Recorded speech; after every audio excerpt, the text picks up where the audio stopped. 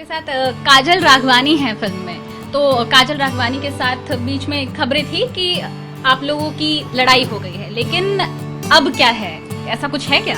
लड़ाई तो तब होती है जब प्यार होता है। जब प्यार ही नहीं था तो लड़ाई किस बात की होगी। और उस समय से मैं दूध बेचता था, हमारे पास 20-20 भैंसें रहती थी, गाय रहती थी, तो मैं दूध बेचने का भी काम करता था। आपने सुना होगा नाम सुने। बहुत बड़ा हिट हुआ था, आज भी है। उनके यहाँ मैं 3 महीना नौकर रहा हूँ, उनका नौकर भाग गया था तो उनके रोटी बनाने वाला कोई नहीं था, तो मुझे रोटी बनाने बहुत अच्छा था, तो मैं रोटी उनके यहाँ बनाता था, झाड़ू पोछा भी करता था। और इसलिए क्योंकि वो स्टार थे, पोस्टर चिपकाना दुनिया, मुझे लगता है कि बिहार के कोई ऐसा कोना नहीं होगा जो मेरे से बचा होगा दुकानों पे पोस्टर लगाने से।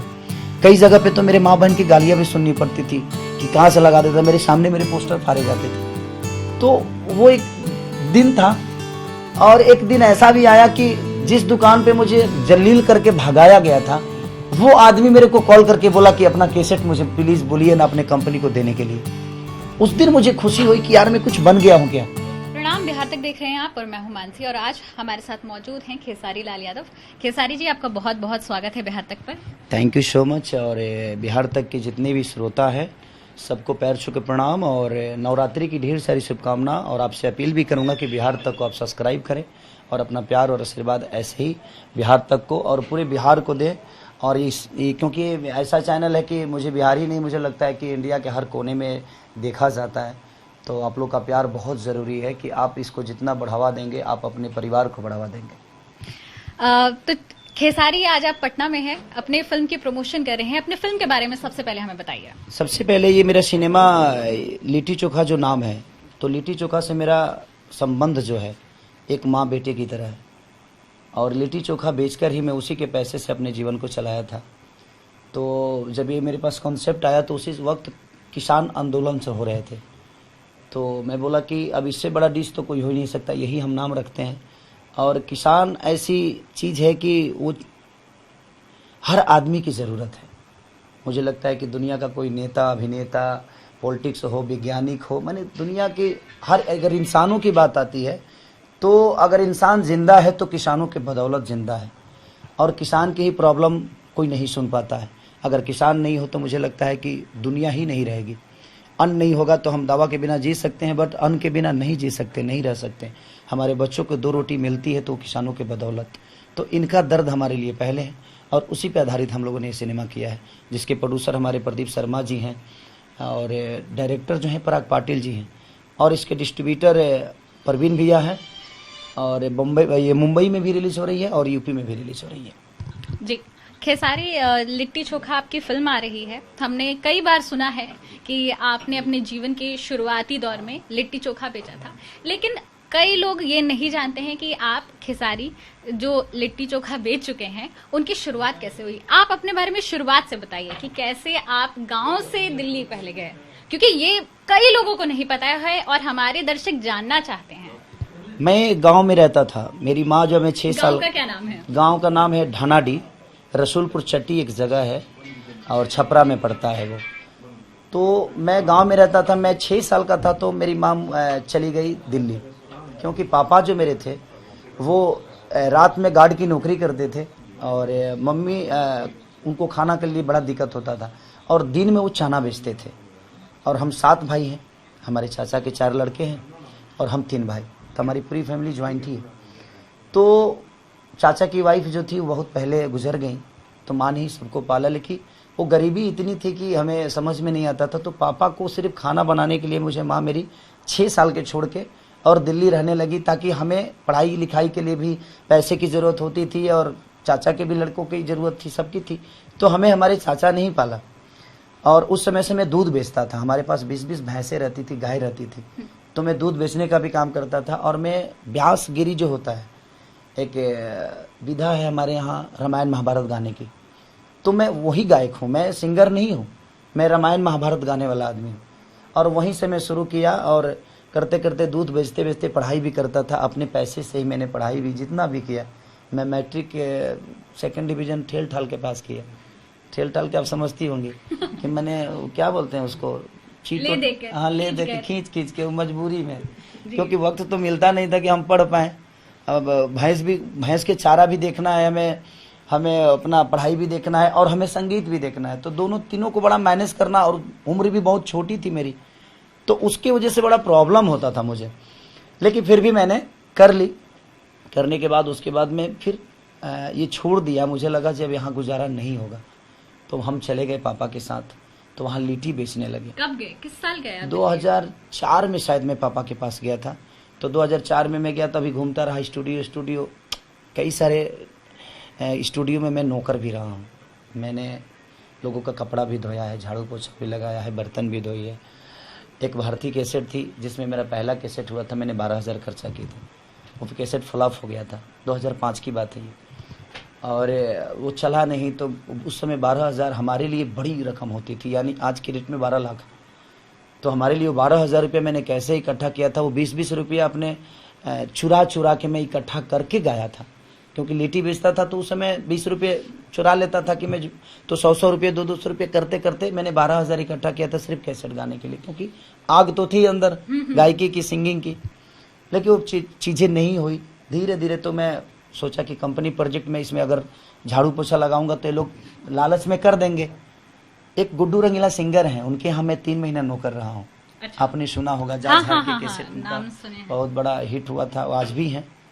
उनके यहाँ मैं 3 महीना नौकर रहा हूँ। उनका नौकर भाग गया था, तो उनके रोटी बनाने वाला कोई नहीं था, तो मुझे रोटी बनाने बहुत अच्छा आता है। तो मैं रोटी उनके यहाँ बनाता था, झाड़ू पोछा भी करता था। और इसलिए क्योंकि वो स्टार थे, आज भी स्टार हैं वो, ऐसा नहीं कि वो स्टार नहीं है, उनकी उपलब्धियां हैं। बट उस समय एक लालच होती थी ना कि स्टार के पास मैं हूँ और मेरा कोई अस्तित्व नहीं है, तो एक लालच होती थी। तो मैं वहाँ रहता था, बहुत सारे मैंने करीबी। उसके बाद एक कैसेट और में गाया, वो 26,000 रुपये लगाकर, तो वो छपरा सिवान गोपालगंज में बजा। तो फिर मेरी प्रोजेक्ट कंपनी होने लगी। मैंने कंपनी पैसा लगाने लगा, मुझे पैसे नहीं मिलते थे। मुझे एक ही काम करना पड़ता था कि 12,000-13,000 रुपये लगाकर कैसेट खरीदता था मैं, और मैं घूम घूम कर पोस्टर चिपकाना। मुझे लगता है कि बिहार के कोई ऐसा कोना नहीं होगा जो मेरे से बचा होगा दुकानों पे पोस्टर लगाने से। कई जगह पे तो मेरे माँ बहन की गालियाँ भी सुननी पड़ती थी कि कहाँ से लगा देता, मेरे सामने मेरे पोस्टर फाड़े जाते थे। तो वो एक दिन था।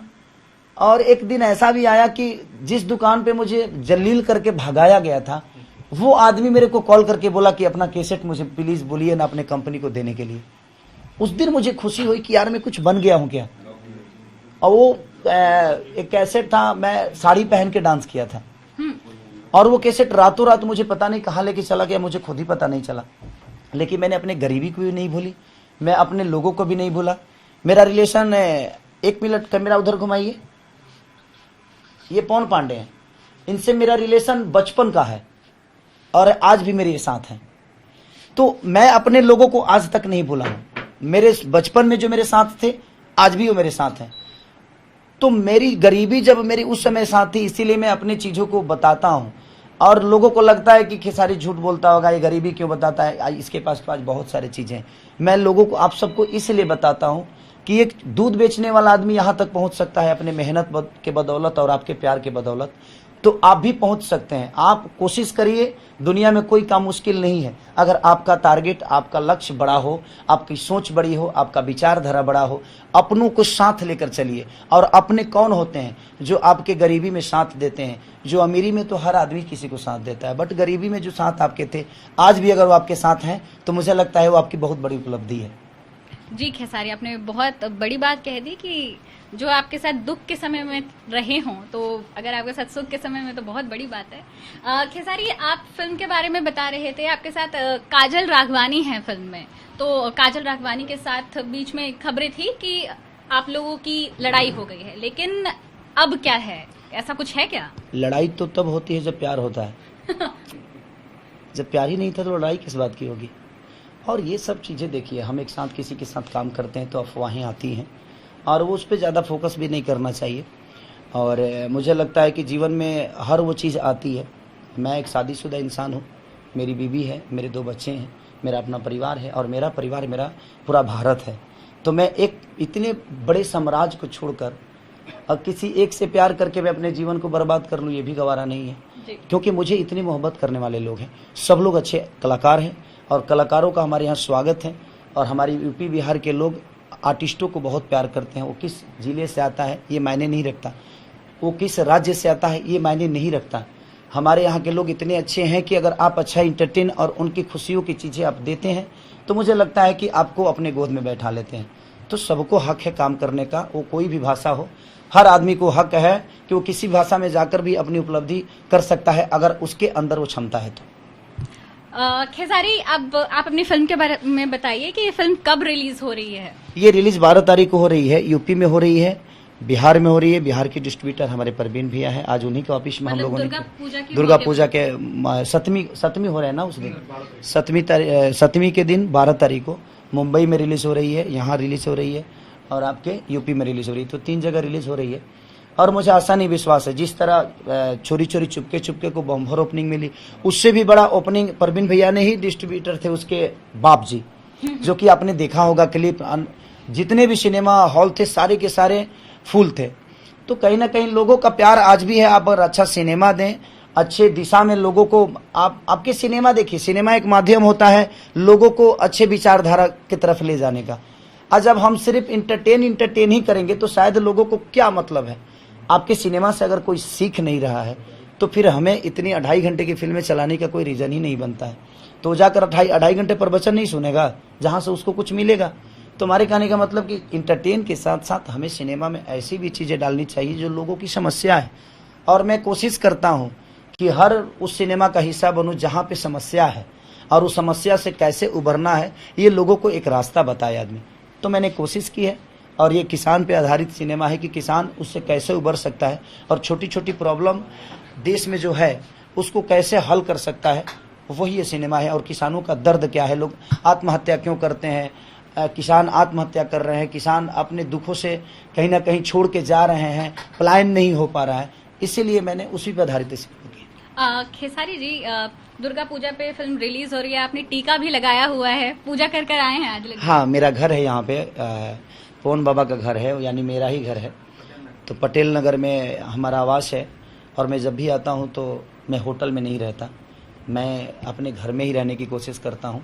ऐसा नहीं कि होटल मुझे नहीं मिलेगी और होटल में मैं नहीं रह सकता, ऐसा नहीं है। लेकिन मैं कोशिश करता हूँ कि जब भी मैं अपने गांव आऊँ या घर पे आऊँ तो मैं ऐसे बीच में रहूँ जहाँ पे सिर्फ मोहब्बत मिलती है।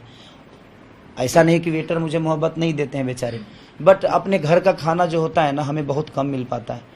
तो कोशिश रहती है कि हम जितना दिन रहें अपने परिवार के बीच में रहें। अच्छा, आखिरी सवाल, दुर्गा पूजा पर आपकी फिल्म रिलीज हो रही है, आपकी आवाज के बहुत फैंस हैं, आप एक गाना सुना दीजिए दुर्गा पूजा के अवसर पर।